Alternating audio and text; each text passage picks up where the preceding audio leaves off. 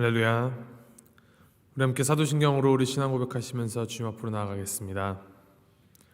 전능하사 천지를 만드신 하나님 아버지를 내가 믿사오며 그 외아들 우리 주 예수 그리스도를 믿사오니 이는 성령으로 잉태하사 동정녀 마리아에게 나시고 본디오 빌라도에게 고난을 받으사 십자가에 못 박혀 죽으시고 장사한 지 사흘 만에 죽은 자 가운데서 다시 살아나시며 하늘에 오르사 전능하신 하나님 우편에 앉아 계시다가 죄로로서 산 자와 죽은 자를 심판하러 오시리라. 성령을 믿사오며 거룩한 공예와 성도가 서로 교통하는 것과 죄를 사하여 주는 것과 몸이 다시 산 것과 영원히 산 것을 믿사옵나이다. 아멘. 찬송가 342장 함께 찬양합니다. 342장 너 시험을 당해 함께 찬양하시겠습니다.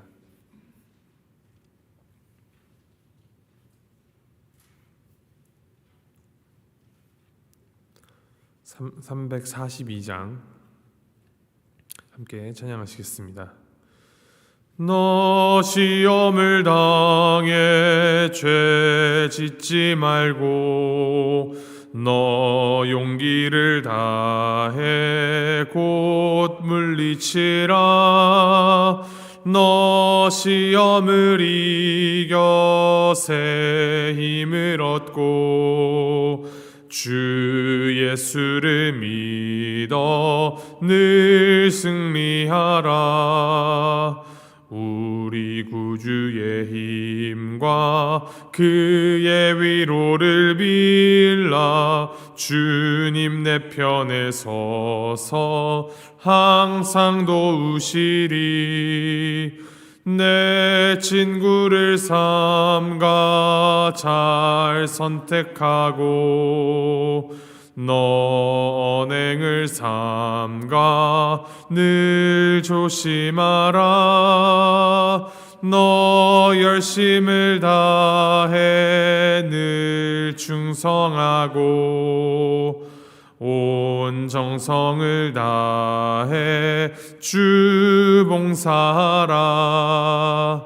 우리 구주의 힘과 그의 위로를 빌라. 주님 내 편에 서서 항상 도우시리.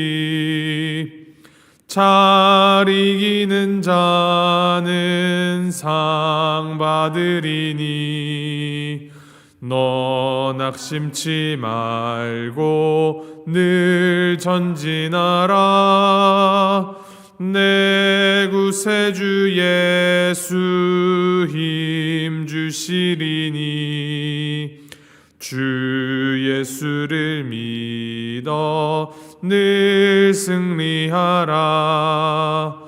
우리 구주의 힘과 그의 위로를 빌라.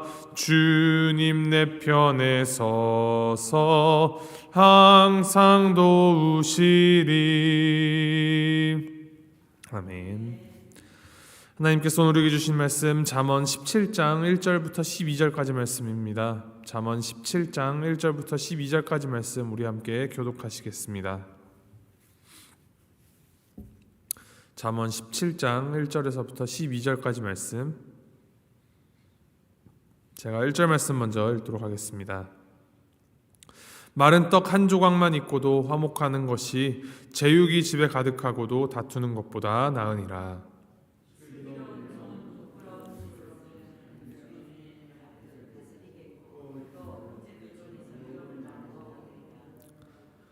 도가니는 은을, 풀무는 금을 연단하거니와 여호와는 마음을 연단하시느니라.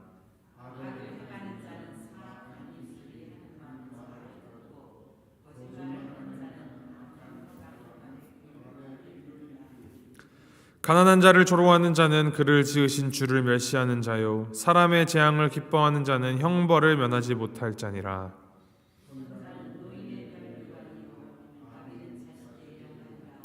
지나친 말을 하는 것도 미련한 자에게 합당하지 아니하거든 하물며 거짓말을 하는 것이 존귀한 자에게 합당하겠느냐.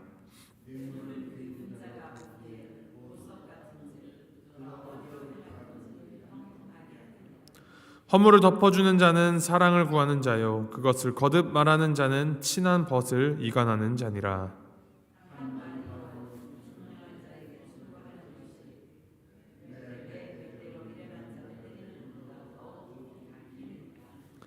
악한 자는 반역만 힘쓰나니 그러므로 그에게 잔인한 사자가 보냄을 받으리라. 차라리 새끼 빼앗긴 암곰을 만날지언정 미련한 일을 행하는 미련한 자를 만나지 말 것이니라. 아멘. 이 잠언 17장 말씀도 이 신앙인의 삶에 대한 중요한 교훈들을 주고 있습니다. 신앙인으로 산다라는 것, 믿는 자, 그리스도인이라 한다면 입으로만, 말로만 내가 믿는 자입니다, 내가 믿습니다 라고 말할 것이 아니라 그 믿음이 그가 평상시에 살아가면서 하는 그 말들과 행동들 속에서, 그의 삶에 대한 태도에서 그 믿음이 하나님 앞에서 그리고 사람들 앞에서 보여져야 할 것입니다. 하나님을 따르는 그 믿음이 하나님의 말씀에 근거하여서 순종하는 삶으로 살아갈 때, 선하신 그 주님의 뜻이 삶으로 보여질 때 사람들이 그를 인정하게 됩니다. 이것이 신앙의 특징입니다. 그것을 잠언 17장 말씀이 보여주고 있는데, 지혜에 대한 이 교훈을 주는데 그 교훈의 적용점들이 자세히 보면은 사람들과의 관계 안에서 이루어진 내용들입니다. 하나님의 자녀인 성도들이 어떻게 살아가야 하나님과 또 사람들에게 인정받는 지혜자로 살아가는지에 대하여서 가르쳐 주는 것이 이 잠언 17장 말씀입니다. 가장 먼저 화목함에 대하여서 본문이 언급을 합니다. 화목하게 살아가는 사람은 하나님과 사람들에게 인정받는 지혜자다라고 합니다. 1절 말씀에 기록합니다. 마른 떡 한 조각만 있고도 화목하는 것이 제육이 집에 가득하고도 다투는 것보다 나으니라. 이 말씀에 쓰여진 제육이라는 단어는 고기를 의미하는 말이 맞습니다만 그저 단순한 고기 덩어리가 아닙니다. 제사 그리고 고기 육자가 합해진 단어인데 하나님께 감사제나 이 화목제로 드리고 남은 고기를 의미합니다. 감사제나 화목제는 이 특별한 특징을 가지고 있는데 고기의 일부분을 불태워서 하나님께 올려드리고 남은 고기는 이제 이 제물을 드린 사람에게 다시 내어주어서 그 고기를 다 예배를 드린 사람이 주변과 함께 나눠 먹게 하는 것입니다. 함께 교제하고 나눠 먹으면서 이 하나됨을 이루고 화해, 화목을 확인하는 예배가 바로 감사제 그리고 화목제입니다. 그런데 하나님께 이 감사와 화목의 예배를 드린 사람들이 화목의 의미로 그 고기를 먹는다 하면서도 그 마음에 하나됨과 화목이 아니라 서로 반목하고 미워하는 마음을 가지고 있다면 그 드린 예배 자체가 올바른 예배이겠습니까? 그 고기를 먹는 것이 하나됨, 화목의 증거가 될 수 있겠습니까? 예수님께서도 마태복음 5장 말씀에 형제에게 원망받을 일이 생각나거든 예물을 제단 앞에 두고 먼저 가서 화목하라 말씀하셨습니다. 예배를 드리고 제물을 드림으로 하나님과의 관계를 바로 세우는 것 중요하지만 다른 사람들과의 이 수평적인 관계가 화목하지 못한 상태에서 내 마음에 분노와 원망, 미움으로 가득 차 있으면서 그런 마음으로 예배를 드린다면 하나님께서 그 예배 인정하지 않으시겠다라는 것입니다. 기회에 비하여서 겨우 마른 떡 한 조각 딱딱하게 굳어서 먹기도 힘든데 양도 터무니없이 적은 그 음식을 앞에 두고도 온 가족이 기뻐하며 감사 예배를 드리면 하나님께서는 그 가정의 화목을, 그 가정을 인정하여 주십니다. 화목한 가정을 이루도록 축복하여 주십니다. 같은 맥락에서 오늘 말씀 9절 말씀 보면 이제 어떻게 다른 이들과 관계를 맺어야 하는가를 보여줍니다. 9절 말씀은 이 타인의 허물을 어떻게 다루어야 하는가에 대하여서 알려줍니다. 타인의 허물에 대하여서 이제 두 가지 반응을 보일 수 있다 하는데, 하나는 그 허물을 덮어주는 것이고 하나는 그 허물을 더 드러내는 것입니다. 이 두 가지 반응에 따라서 이 관계의 결과가 완전히 달라집니다. 타인의 허물을 감싸주고 용서하는 사람에게는 이제 자꾸 주변에 사람들이 몰려들고 그 관계를 맺는 사람들이 늘어납니다. 그러나 타인의 잘못을 자꾸 드러내는 자는 주위에 사람들이 남지 않고 다 떠나가게 됩니다. 누가 자기 허물을 드러내는 사람을 좋아하고 또 함께 있고 싶어 하겠습니까? 허물이 있어도 사랑의 마음으로, 또 인간적인 이 유한한 내가 만들어낸 그 사랑이 아니라 그 사람을 사랑하시고 인도하시는 그 하나님을 사랑하는 그 마음으로, 그의 안에 있는 하나님의 형상을 사랑함으로 그 허물을 덮어줄 수 있다라는 것입니다. 그리할 때, 그렇게 할 때 우리가 나누는 그 사랑이라는 걸음을 먹고 그 허물 많은 사람도 성장하고 자라납니다. 그 사람과의 관계가 더욱 단단해지면서 그 사람을 나의 사람, 동역자로 얻을 수 있게 됩니다. 비슷한 맥락으로 내일 본문이지만 14절에도 다툼의 시작은 그 뚝에서 물이 새는 것 같다. 그래서 싸움이 일어나기 전에 시비를 그칠 것이다, 그쳐야 할 것이다 라고 기록을 합니다. 이 사람의 허물에 대하여서 말하는 것 매우 작은 일, 사소한 일로 보일 수도 있습니다만 싸움이라는 것이 아주 그 사소하고 작은 것에서 시작된다라는 것입니다. 그래서 지혜로운 사람은 이 감정이 상하기 전에 그 갈등의 시작 자체를 시작하지 않는다라는 것입니다. 누가 옳고 누가 그른가를 따지고 가려내기보다 화를 막아서 싸움으로 번지는 일을, 화목이 깨어지는 일을 미연에 방지함이 지혜라라고 말합니다. 모두 인간관계 안에서 적용될 수 있는 지혜입니다. 대부분 이것이 새로운 말은 아닐 것입니다. 우리 모두가 다 이것을 알고 있을 것입니다. 근데 알면서도 실천하지 못하여서 우리는 이 관계 안에서 갈등과 어려움을 겪고 있습니다. 사도 바울이 로마서 12장에 말합니다. 할 수 있거든 모든 사람으로 더불어 평화하라.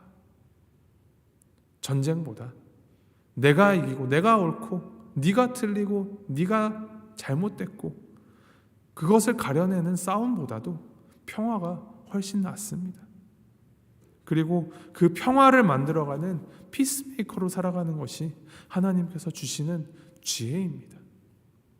이것을 기억하며 우리 가정이 화목한 가정이 되고 우리 교회가 주님의 사랑으로 화목한 교회가 되도록 부단히 노력하는 것이 신앙을 가진 우리의 추구할 바이며 나아갈 방향일 것입니다.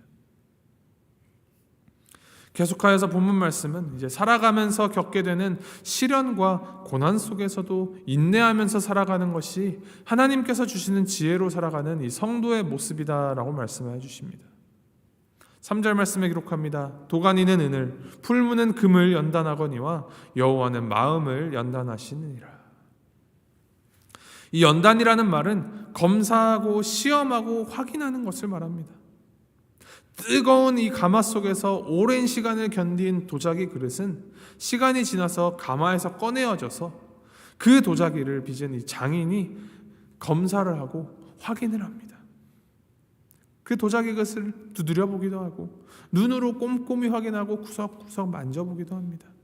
금이 가지는 않는지 쉽사리 깨어지지는 않는지 그렇게 검사를 받은 도자기는 그러한 연단의 과정을 통하여서 귀하게 알맞은 용도로 쓰임을 받게 됩니다. 하지만 이 연단의 과정 중에, 검사의 과정 중에 문제가 드러난 도자기는 깨뜨려서 버려지게 됩니다. 이러한 연단의 과정은 아주 필수적인 과정입니다. 하나님께서는 성도들을 사용하시기 위하여서 반드시 그 연단의 과정을 통하여서 준비시키시고 하나님의 뜻에 부합하여 사용되도록 훈련시키십니다. 그 과정이 하나님의 손에 있음을 우리가 알고 하나님의 그 연단의 과정을 견디어 인내하는 성도가 귀하게 쓰임을 받게 됩니다. 그리고 그 인내를 하나님께서 인정하여 주십니다. 그래서 우리는 우리가 겪는 이 모든 시련과 고난, 어려움 가운데에서도 그저 무기력하게 절망하거나 좌절하거나 혹은 과하게 분을 내거나 화를 내지 않을 수 있는 것입니다. 그 가운데에서도 하나님이 인도하고 계시며 가장 선한 길로, 가장 그 선한 주님의 뜻에 따라 인도하여 주심을 알기 때문에 소망을 가지고, 믿음을 가지고 나아갈 수 있습니다. 그리고 믿음을 가진 지혜로운 자의 또 다른 특징, 겸손하다라는 것입니다. 교만한 자, 거만한 자, 어리석은 자, 미련한 자, 오늘 말씀에 열거된 이 모두 같은 부류의 악인들을 뜻하는 말입니다. 어리석은 자는 교만하여 들을 귀가 없다 합니다. 하나님을 무시하거나 하나님의 말씀을 귀담아 듣지 않습니다. 하나님만 무시하는 것이 아니라 자신보다 약한 이들, 가난한 이들을 무시하고 조롱하는 자들이라 합니다. 자신의 힘이 더 크다고 다른 이들을 업신여기고 모욕하는 사람들입니다. 그리고 그것이 이들의 어리석음입니다. 죄입니다. 왜냐? 하나님께서는 가난하고 약한 자들의 하나님이시며 보호자가 되어주시는 하나님이시기 때문입니다. 마태복음 25장 말씀에 마지막 때에 대한 예수님의 가르침 중에 이렇게 말씀하시면서 그 가르침을 끝맺으십니다. 내 형제 중에 지극히 작은 자 하나에게 한 것이 곧 내게 한 것이니라. 내 형제 중에 지극히 작은 자 하나에게 한 것이 곧 하나님께 하는 것이니라. 지혜로운 자는 하나님의 마음으로 긍휼과 사랑을 베푸는 자입니다. 작은 가르침에도 자신을 돌아보는 자세를 가지고 있습니다. 그리고 무엇보다도 악으로 꿰어내는 그 어리석은 자들과 동행하지 않고 그 관계를 정리할 줄 아는 자입니다. 오늘 말씀 12절에 차라리 새끼를 빼앗긴 암곰을 만나지 악인과 함께하지 않는다 합니다. 새끼를 잃은 어미곰이 얼마나 흉푸하고 무서운지 아십니까? 새끼를 위해서라면 그 어떤 맹수와도 물러서지 않고 그것을 찢어 죽이는 것이 어미곰입니다.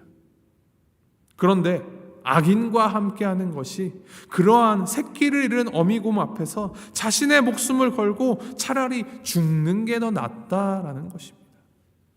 악인의 자리에 서서 살아가는 것보다 하나님을 따르는 지혜로운 자, 의인으로 죽는 것이 낫다 합니다. 결론적으로 하나님을 경외하는 것이 지혜다라고 가르치는 이 잠언 말씀을 살펴보면 하나님을 경외하는 그 마음을 가지고 하나님만 잘 섬기면 끝나는 것이 아니라 사람들 앞에서 바른 관계, 선한 관계를 세워나가는 것이 지혜의 본질이다라는 것을 가르쳐주고 있습니다.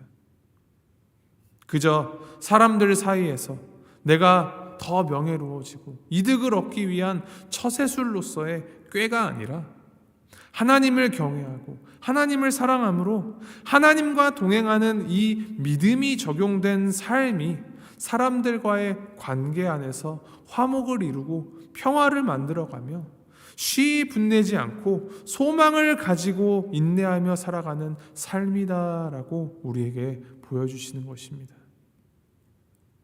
이것을 기억하시면서 이 말씀 기억하셔서 우리가 맺는 이 모든 관계 안에서 하나님 주신 그 평화를 나누고 세워가시는 피스메이커로 살아가시길 바랍니다.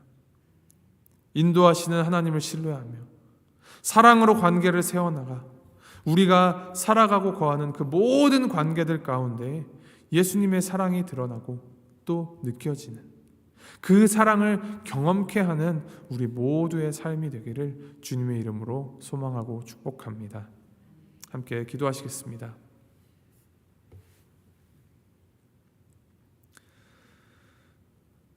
하나님 아버지, 지혜의 말씀을 주시고 그 지혜로 살아간다라는 것이 하나님 앞에서 그리고 사람들 앞에서 드러나야 함을 가르쳐 주시니 감사드립니다. 우리의 속사람이, 우리의 삶의 중심이 주님이 원하시는 지혜로 변화되기를 소망합니다. 주님, 겉으로만 지혜로운 척하는 것이 아니라 진실로 지혜로운 자로 살아가기를 소망합니다. 날마다 하나님을 닮아가며 주님께서 주시는 그 화목과 평안을 모든 사람들과의 관계 안에서 이루어가는 우리가 되게 하여 주시옵소서. 내 안에 그리고 다른 사람들 안에 하나님 형상을 항상 바라보고 하나님을 사랑하며 이웃을 사랑하라는 그 명령에 순종하며 살아가는 참 지혜자로 살아가도록 주님 우리 한 사람 한 사람을 인도하여 주시옵소서. 아름다운 하나님의 지혜가 우리의 삶의 현장에서 온전히 드러나게 하여 주시고 오늘 우리의 모든 말과 행동 또 우리의 삶의 태도가 하나님의 사랑과 그 주님의 자비와 십자가의 긍휼과 공의를 온전히 나타내도록 드러내도록 주여 함께하여 주시옵소서. 감사드리며 이 모든 말씀 우리 주 예수 그리스도 이름으로 기도합니다. 아멘. 하늘에 계신 우리 아버지여 이름이 거룩히 여김을 받으시오며 나라의 마옵시며 뜻이 하늘에서 이룬 것 같이 땅에서도 이루어지이다. 오늘날 우리에게 일용할 양식을 주옵시고 우리가 우리에게 죄 지은 자를 사하여 준 것 같이 우리 죄를 사하여 주옵시고 우리를 시험에 들게 하지 마옵시고 다만 악에서 구하옵소서. 대개 나라와 권세와 영광이 아버지께 영원히 있사옵나이다. 아멘.